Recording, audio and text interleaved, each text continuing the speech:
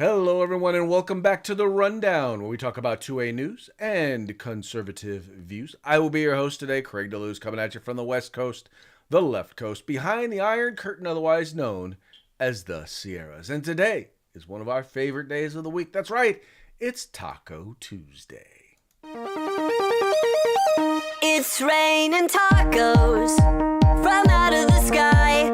Tacos, no need to ask why. Just open your mouth and close your eyes. It's raining tacos. It's raining tacos. Out in the street. Tacos. All you can eat. Lettuce and shells. Cheese and meat. It's raining tacos. Yum, yum, yum, yum, yummity yum. It's like a treat. Yes, folks, you gotta love Taco Tuesday, the quintessential American food, in particular in this day and age. So I don't know. I have yet to have tacos yet today, and I don't know what is on the menu for this evening. Fortunately, Mike isn't here to regale us with his selection, but you can bet he will be at his favorite food truck, his favorite taco truck today, as he usually is on Taco Tuesday. Now, Mike is unavailable at the moment. I know that he is working to try and get here to be involved in the program. But, once again, even if I don't have him, I know I have y'all. So do us a favor. If you're watching us, however you watch us, if you're watching the program live, once again, 3 p.m. Pacific, 6 p.m. Eastern, go ahead and comment. Let us know that you're there, and we'd love to have a conversation with you and talk about the issues of the day. But before we get started in talking about those issues, let's give a quick shout out to our sponsors. We're going to start with Hitman Industries. You can find them at hitmanindustries.net. If you're looking for rifle or pistol length calibers, trust me, they have them. If you're looking for Glock barrels, trust me, they have them. All you got to do is go there. Once again, hitmanindustries.net. If you are a first responder, please make sure to let them know, and you get their first responder discount. Also, we have the California Republican Assembly, referred to by Ronald Reagan as the conscience of the Republican Party. I prefer to refer to them as the Republican wing of the Republican Party here in the state of California, working to help elect conservatives, movement conservatives, pro-life, pro-family, pro-Second Amendment, limited government, strong national defense, to offices ranging from school board all the way up to President of the United States. It is the largest and fastest growing conservative grassroots Republican organization in the state of California. Visit them at cragop.org. That's cragop.org. If you want to be a part of California's future today, join CRA. And then we've got Hog Holsters, HAWG Holsters, helping Americans wear guns. If you're looking for outside the waistband, inside the waistband holster, they got it. If you're looking for a concealed carry, or maybe it's the tactical holster, trust me, they have what you're looking for. Maybe you have a different firearm. Maybe you have an optical on there. Maybe you have a flash, a light on there. Whatever setup you have, trust me, they can help you get a quality holster. Just go to hogholsters.com. Make sure you use the discount code The Rundown, all caps, no spaces, and you can get a discount on your Hog Holster today. So check them out once again, hogholster.com. And then if you're looking for any sort of outdoor gear, I mean, we're talking camping gear, we're talking, boots, hats, we're talking backpacks, we're talking thermoses, we're talking eyes, we're talking helmets. They have it at uscombatgear.com. By the way, all things tactical, everything but the gun. Just go to uscombatgear.com. Veteran owned and operated, fast shipping, quality selection, and great prices. Check out uscombatgear.com. All right, let's go ahead and kick it into high gear and get into the first story today. You may have been following, well, not you may have been following, because we talk about it every day. We talk about the migrant crisis that's taking place at the southern border. That's right. We are seeing record numbers of individuals who are showing up at our southern border, and a huge percentage of them, by the way, are coming from Venezuela. And if you might recall, the president of the United States just said he's offering 500,000 of those folks, of the Venezuelans, basically offering them the ability, work permits, the ability to work here in the United States, which is kind of odd because they're seeking asylum because of an oppressive government. But really, what they're doing is they're fleeing the fact that their government has ruined their economy by implementing policies not too dissimilar from those that Joe Biden wants to put in place. But one of the things we're seeing is happening is well, it's not just that they're coming fast and free. It's that we are encouraging them to come fast and free. In fact, we're barely even bothering to process them as they come through. Now, this is a report from I'm sorry, I don't know if this is from MSNBC or no, it's from NBC because this was during Meet the Press.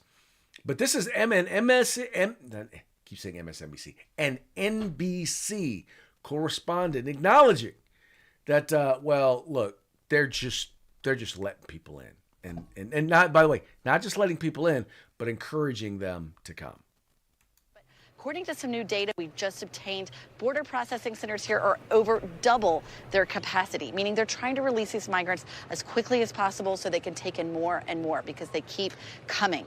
You can hear some of the trains that have been coming through here. A lot of the migrants are riding on top of the trains. Most are from Venezuela. And when we talk to them, they're happy that they've gotten across, but many are crying because the journey was so dangerous. They say that it was in Mexico where they found cartels that were violent. Many of them were kidnapped, assaulted. They're worried about their children being hurt as well. So from here, they'll be processed and released into the United States. We know that most of the migrants crossing now are not sent back. They're released with a notice to appear in immigration court. Sometimes that date can be set years into the future. And it's really calling into question the effectiveness of the new Biden border policies. You know, the COVID-19 policies that really restricted a lot of immigration came to an end in May. They replaced that with something that they thought would be even stricter, that would keep a lot of migrants from coming here and claiming asylum. But instead, these numbers now are just getting so overwhelming that they're getting more and more and releasing more. The word gets back, more migrants come. But I will say, some of the migrants we spoke to today said they wish they hadn't come, that the journey was just so dangerous.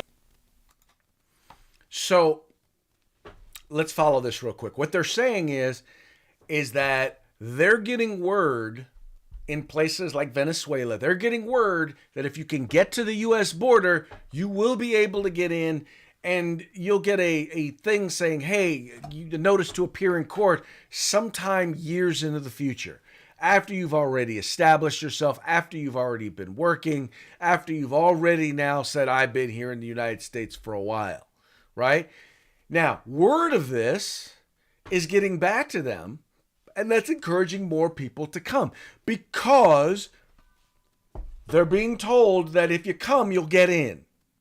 Number one, if you get across the U.S. border, you will be, once you get into the United States, you're in, right? Not only that, they're hearing places like California are telling you, first of all, you'll get benefits. You'll get a free education. You'll get free health care. You'll get housing.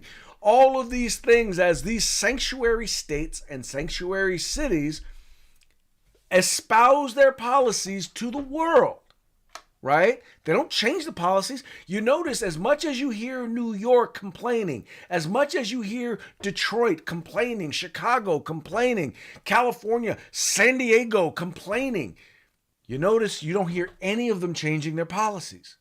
None of them are saying, look, this policy is no longer valid. We are no longer going to honor this policy. We are not a sanctuary city any longer. We are not a sanctuary state any longer. It's like they have these policies. They put these policies in place because they want to make a political statement.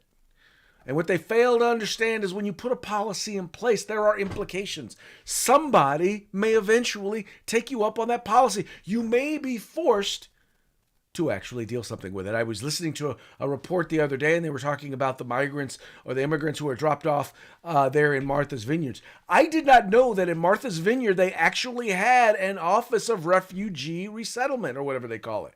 So in other words, they made the statement that they were a sanctuary municipality, but they had an office that no one used, but they said, look, we got an office. We got a place where we can go and we can send people who come here.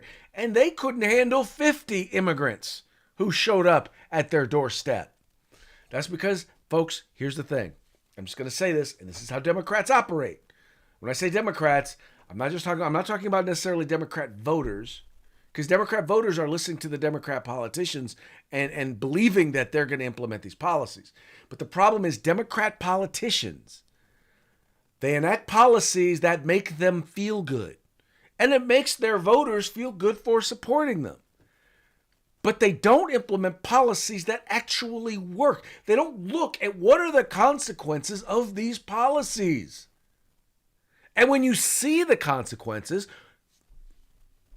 primarily one of which, probably the best example, is what is taking place currently at our southern border. But now, as we know, not just at our southern border, it's happening in San Diego, California.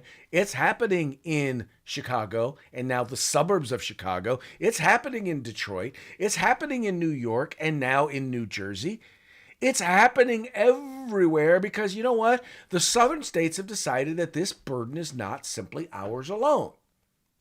For some reason, the president of the United States thinks that only border states should have to deal with this with absolutely no help from the federal government. Not only that, but they should have to deal with it with one hand tied behind their back because the federal government, not only will the federal government not do their job, they won't allow Texas or the state governments to do that job.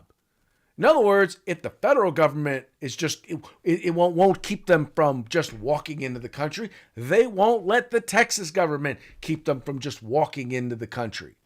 As they remove barriers that have been placed there along the border to discourage people from entering the country illegally. Now, I'll be the first to tell you, I'm watching some of these images of immigrants trying to get through this razor wire in order to get into the United States. It is saddening and it hurts because you're like, it's almost like they're saying, well, you know, if you can brave the razor wire, well, then you're in. Well, that's the U.S. policy. The Texas policy, the American policy, as it's supposed to be, is don't come into the country illegally. The message should be whether you just walk across, whether you come through razor wire, whether you climb over a fence. As soon as you get here, you will be sent back where you came from. That should be the policy. That's a nation that has borders. But we don't have borders here in the United States. We don't do that. That's not what we do here in the United States. We just let anybody in willy-nilly. Our foreign policy, our border policy is unlike any other civilized country in the entire world. And just so you get this, I was listening to Megyn Kelly the other day, and she made this point. In 62 years, in 62 years of this country, we had about 12 million immigrants come to the United States. We have, by some accounts, in the last 2.5 years, I've seen numbers anywhere from 4 million to 8 million people come into the country. Anyone who believes that that is sustainable, that we can maintain our way of life and the way things go here in the United States and absorb that on a regular basis, is fooling themselves. Although I honestly do not believe that those who are supporting this policy, I think they know that we cannot sustain that and maintain our way of life because that's what they want to do. They want to end our way of life. And, if you like how things are, if you like living in the greatest nation on God's green earth, if you like living in a place where you can go literally from rags to riches within a generation, where you can go from uneducated to postgraduate degree, where you are free to speak your mind about the government. If you value that, when I talk about our way of life, that's our way of life that is in jeopardy. Anyway. But, in the long run, what really matters to them is, well, the whole, let's not let Biden fail. Now, it's kind of interesting because they've had to lower the bar in their don't let Biden fail policy. And now it's Operation Don't Let Biden Fall. That's right. The guy who basically falls upstairs, they now have a whole plan in place that they now utilize in order to make sure that the president doesn't wipe out.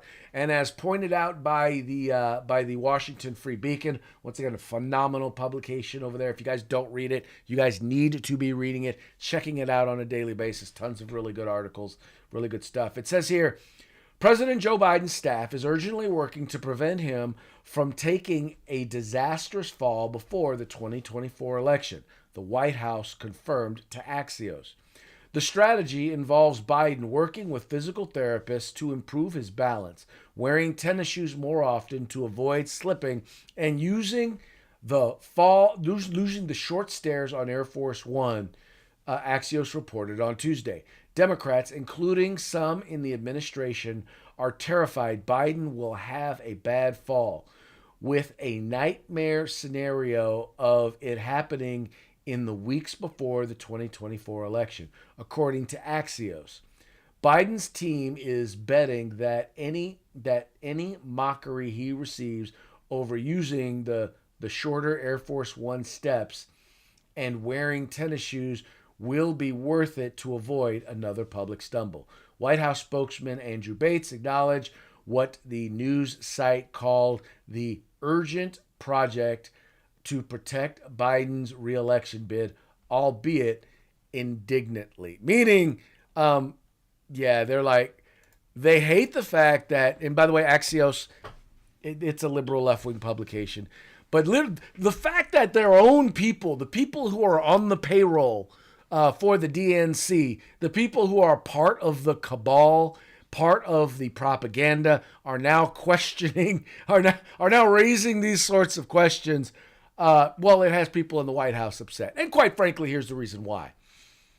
Because the people in the media even acknowledge they would be better to have someone else running on the Democratic ticket, right? It would be better to have someone else as the candidate for president of the United States representing the Democratic Party, because 75% of voters across the board, 75% of voters believe that his age and dementia are an issue.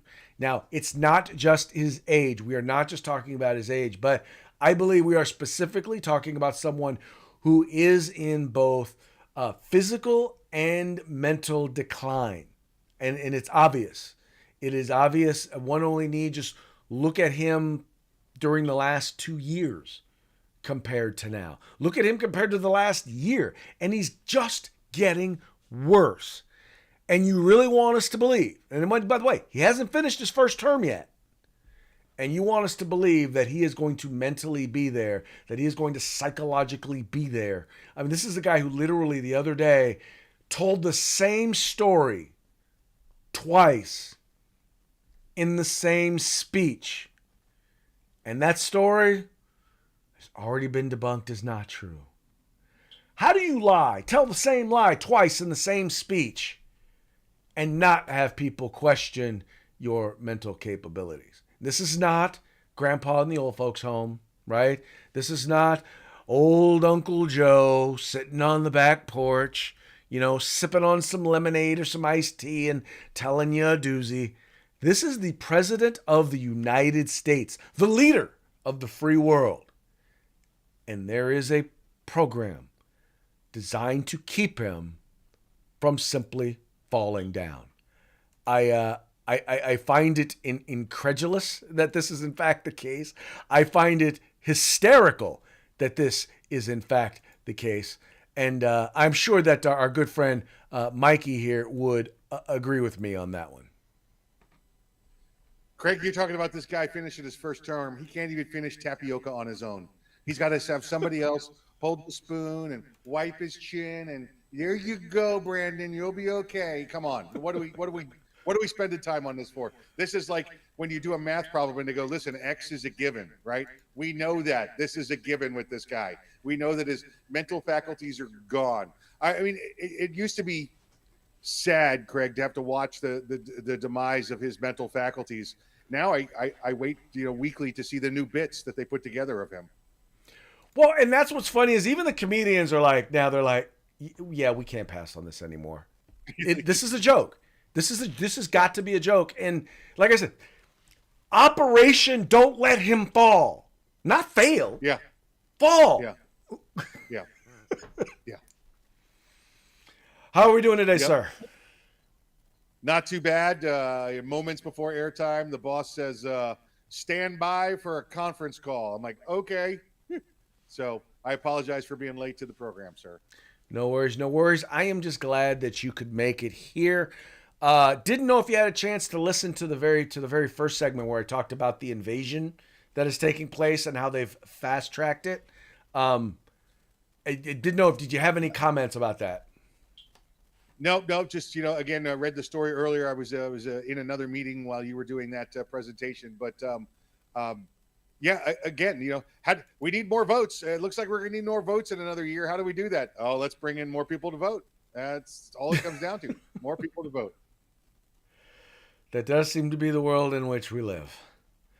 All right, moving right along. Okay. Now, this is an example of something that I think is really a non sequitur. It really is. And it's really something that's being brought up as a way in which to just punch at Trump. But it's one of those things that, quite frankly, is another, as I like to say, self-inflicted wound. I will continue to say this. They were going to go after Donald Trump no matter what. They were going to attack him, and they were not going to be fair. They were going to be relentless in it. My whole issue sometimes with the former president, as good a job as he did as president, sometimes I'm like, dude, if you know they're shooting at you, please don't hand them ammunition. How about that? All right, in this particular case, he does a campaign stop, right?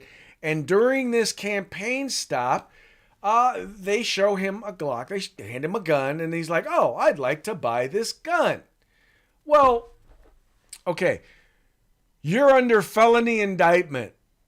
One of the rules of being under a felony indictment is that you're not supposed to be around firearms. You're not supposed to possess them. You're not supposed to buy them.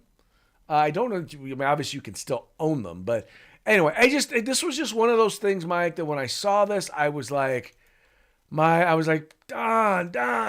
what are you doing?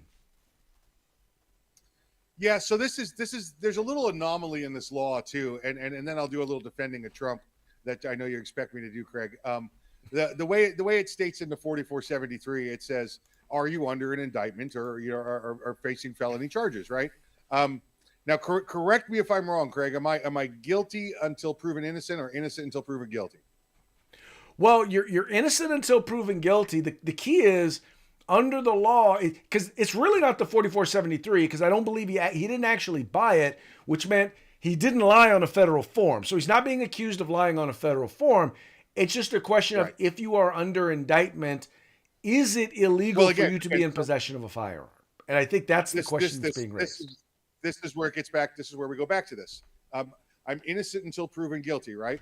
If I've been indicted, I'm innocent until proven guilty. By the way, if anybody's ever heard the term before, a good prosecutor can indict a ham sandwich, okay? Because it's only one side of the evidence being presented at an indictment. That's why many indictments don't end up in prosecutions. It's not like when the state attorney says charges have been filed, because that's more intense than an indictment, because when a state attorney files charges and they get a warrant issued, that's getting a judge to bless off and sign off on it.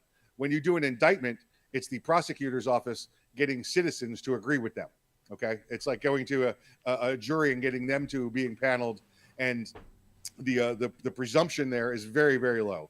For what they have to do. And again, it's only one half. So either way, whatever you want to think about an indictment, Craig. The only issue I have, and again, I believe this is an anomaly in the law, is if he was indicted, placed into custody, released on bail or bond, then he should not have the firearm, right? Because somebody's deemed to be such a threat. All right. So the president's released on his own recognizance.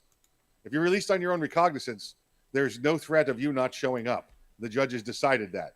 If there's no threat of you not showing up, then there should be no threat of you living your life as a normal citizen. All right. You should have all your. Can he vote, Craig? Has he lost the right to vote while he's under indictment? No, because he's not guilty. All right. If I'm not guilty, I've not lost my rights. All right.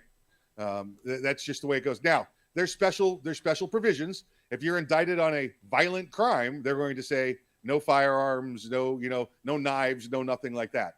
He's innocent until proven guilty. He retains all his rights. So I believe that the form should have those provisions in it on a 4473, but that comes under the Gun Control Act. The Gun Control Act was the one that specified if you're under indictment, you shouldn't have a firearm. It's like we do now, Craig, where we say, oh, you got a red flag law against you, so you can't have a firearm. Yet nobody's found them guilty of anything. So it's the same argument there. Indictment without a firearm is the same as saying red flag without a firearm. And we know red flag means you don't get to say anything, right? It's done ex parte without your involvement, the same way an indictment is. Okay, so let's use those same two standards there. Now, what Donald Trump said, hey, I want that gun. Okay, Donald Trump said he wanted that gun. All right, Donald Trump didn't say, I'm purchasing this firearm today. Give me a 4473 so I can fill it out. All right. How many more times we got to hear somebody make a normal everyday comment and then hold it against them for the rest of their life? Well, once again, I think this is a much ado about nothing, but I did want to have you on because I did want to have you explain. I'm just like, man, I guess the thing that gets me, like I said, is sometimes I think that some of the battles that Donald Trump has to face, probably he wouldn't have to face if he just was a little more conscious of the things that he said and did. Yeah. Yeah. But then again, now I will also say this. There are things that he has done that have been a true blessing to this country and to this nation that had he listened to what other people told him and done what they said, he would not have done, and the nation would not have received the advantages and the blessings that they have. So sadly, I think that sometimes what can oftentimes be his greatest asset can sometimes be his greatest liability. Well, greatest liability because that's how the left portrays it, you know? Yeah. He didn't say anything wrong as far as I'm concerned. Like you said, it's just more fodder that they're going to pull from. You know, they've got more sound bites for it. There you go. Anyway, I found that one to be highly interesting because they're all it's all making all the news and everybody's talking about that one right now on the left. Oh yeah, well their big complaint is, oh, Trump wants to do exactly what they just pushed to happen to Hunter Biden. No, not even close. No, because he actually lied on a federal form. Yeah, while being addicted. He was addicted to crack, and heroin. He possessed the firearm 11 days when he shouldn't have. Although he never meant to hurt anybody, so what's the big deal? It's just, it's incredible partisan hypocrisy, is what it is. Yes, it is. What will likely be the most watched debate of the 2024 presidential election is, well, Newsom-DeSantis debate. And here's the thing I will say about this. This is a debate that these two both desperately need. Because right now, Ron DeSantis can't seem to break. He can't seem to get any sort of a significant push against Donald Trump. He's having a hard time breaking the noise because Donald Trump sucks all the oxygen out of the room because he's Donald Trump. But here you have Gavin Newsom, who is not running for president. For those of you who are listening, I'm winking. Who is not running for president, is now agreed to take on Ron DeSantis, Captain Florida, in a debate. Now, this is interesting to me, not as much for the presidential as it is you're going to have two very different perspectives on how a state should be run. You're going to have California versus Florida, East Coast versus West Coast. You're going to have a state that is succeeding, that is winning, versus one that is completely and utterly failing. You're going to have a state that has grown faster than any other state in the last 4 years, with one that has lost more residents, lost more businesses, lost more jobs than any other one in the last any other state in the last 4 years. And somehow, some way, Gavin Newsom thinks he is going to out-debate Ron DeSantis. Yeah, they were going back and forth for a little while, Craig, trying to figure out what the conditions were going to be, right? And the one that I found interesting was that Newsom did not want any audience, no audience participation whatsoever, whereas Captain Florida, Governor DeSantis, wanted an audience, but he was very specific in saying, I want 50% Democrat and 50% Republican in that audience. And I think that's a bold move. I think that says right there what Governor DeSantis is intent is. Whereas Newsom needs this to make himself relevant outside of California. Governor DeSantis wanted to go in there and prove that not only will I beat you, but I will take your supporters away from you in this room. He has to show that he can take, because ultimately he can't do it in a just a safe Republican environment. He's got to show that he can take on Democrats in a hostile environment.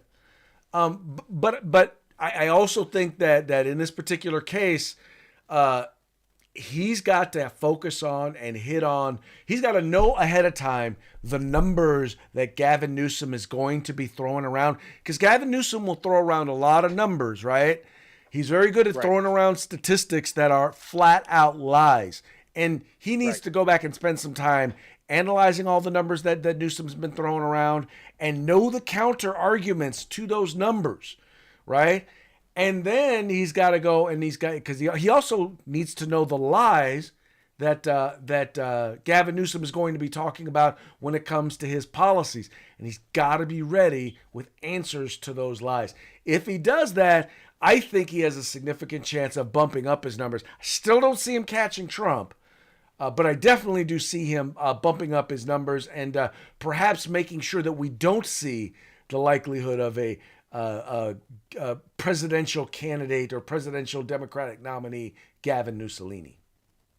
Yeah, and I'll tell you at the end of this segment, I have a different title for the debate, and I'll save that for you. But one of the other things that they were going back and forth on was Governor DeSantis said, "No notes. Let's do this raw. Let's do this. You got to come in with what's in your head and what you know." And he actually acquiesced to that and said, "Okay, we can have notes," because that's what Gavin Newsom wanted to make this happen. The other thing is they've chosen to do this in Georgia, which is become a much more purple state than it's been in recent years. Although I believe that will still favor Governor DeSantis, even though it's in Georgia and there'll be no audience. I don't know why the location even makes a difference. There as well. As far as I'm concerned, Governor DeSantis is already won because this is going to be on Fox and it's going to be led by Sean Hannity. So that's a huge uphill battle for Newsom. And unless he tries to come off as the little kid that got picked on at school by DeSantis, this should be a good one-sided brawl to watch. My thing though is that both of these guys are smarter than Sean Hannity, so I don't see Sean Hannity playing a major role in this debate. Well, any debate moderator, depending on how they cut you off and how they speak to you, whether they speak to you or they speak at you, could set the tone. And I think that's a big deal for this one. Right. And now you ready for this, Craig? Here's my name. Here's my title for this debate. Are you ready? I'll go for it. The 2024 vice presidential debate. Oh, there you go. Ding, ding, ding, ding, ding. We have a winner. Yeah.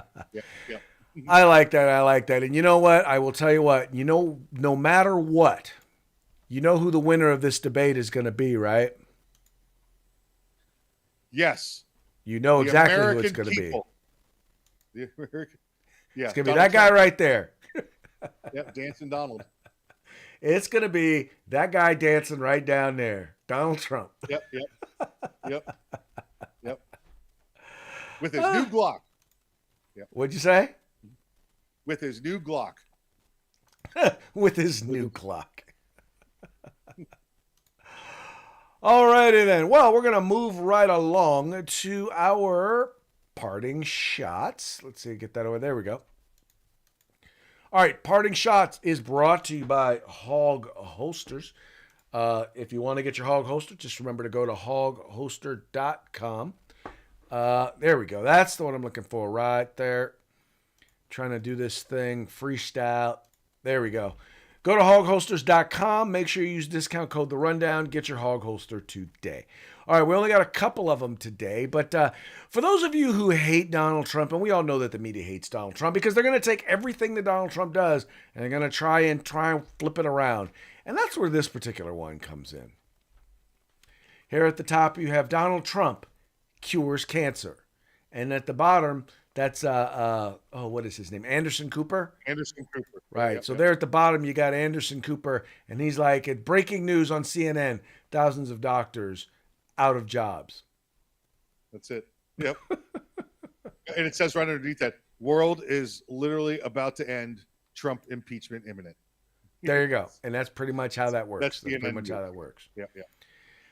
Now, here's another one that I found to be quite interesting. And this is really just kind of a general idea, but think about this.